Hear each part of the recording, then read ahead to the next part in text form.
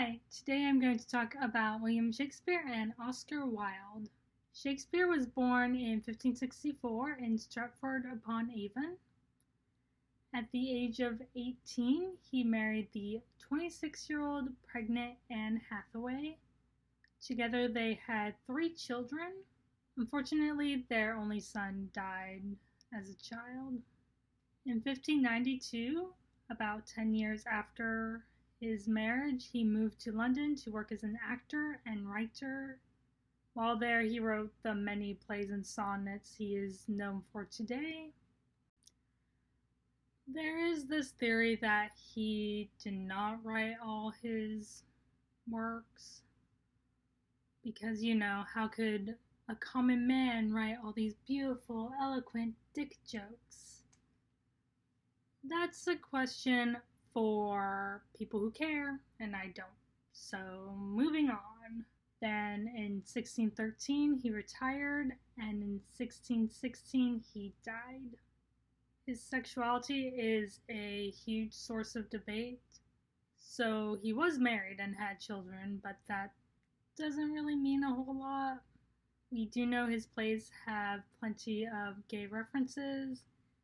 A personal favorite of mine is in the play As You Like It. Rosalind disguises herself as a boy and chooses the name Ganymede.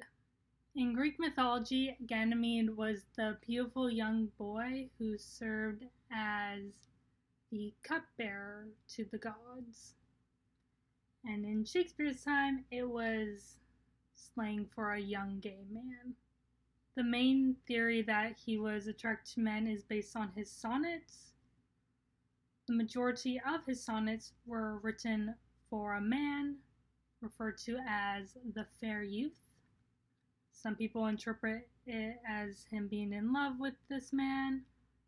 Others say it was an intense friendship. There's also the question of whether or not these were meant to be autobiographical or not.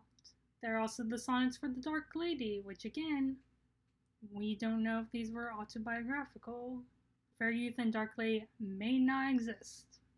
If these sonnets were from his point of view, that suggests he was bisexual, but we don't know.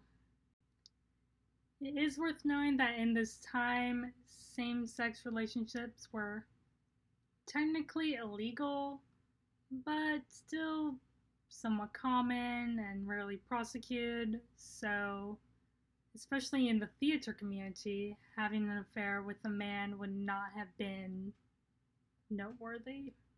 So personally, I interpret Shakespeare as bisexual, but honestly, it's up to you. And now, Oscar Wilde. Finally, someone who's definitely gay according to the law. Oscar Fingal O'Flaherty Willis Wilde was born October 16, 1854 in Dublin. His father was a doctor, his mother was a poet, and he studied classics in college. As an adult, he became famous for his plays, his novel The Picture of Dorian Gray, his fashion, and his hundreds of witty quotes. His career really took off in the 1890s, and then 1895 everything went to shit. At this point, he was in a relationship with Lord Alfred Douglas, also known as Bosie.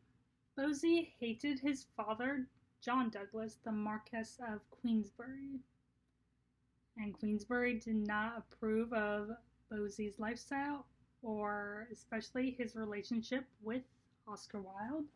This led to Queensberry leaving a note at a club that read, "To Oscar Wilde, posing sodomite." Ignoring the advice of his friends, Wilde sued Queensberry for libel. So Queensberry's lawyers had to prove that what he said was true. They got private detectives to track down these underworld blackmailers and male prostitutes to testify. Obviously, Wilde lost the case, so he had to pay Queensberry's legal fees, which left him bankrupt, and also led to him being charged with sodomy and gross indecency. One of the highlights of the second trial is when Wilde was asked to explain the love that dare not speak its name. He gave this beautiful, eloquent speech referencing David and Jonathan, Plato, Michelangelo, and Shakespeare. I'll put the full speech in the description because it's a bit long. Unfortunately, while it is a nice speech, it honestly just made him look more guilty. He was convicted and sentenced to 2 years in prison. After he was released, he moved to France and died 3 years later in 1900 at the age 47. While he was in prison, his wife moved to Switzerland with their 2 sons and changed their last name. And he has 1 grandchild who is alive today and writes about his father. His name is Merlin Holland, so you can check that out if you're interested. So that's everything for today. Bye! I am trying to film a video.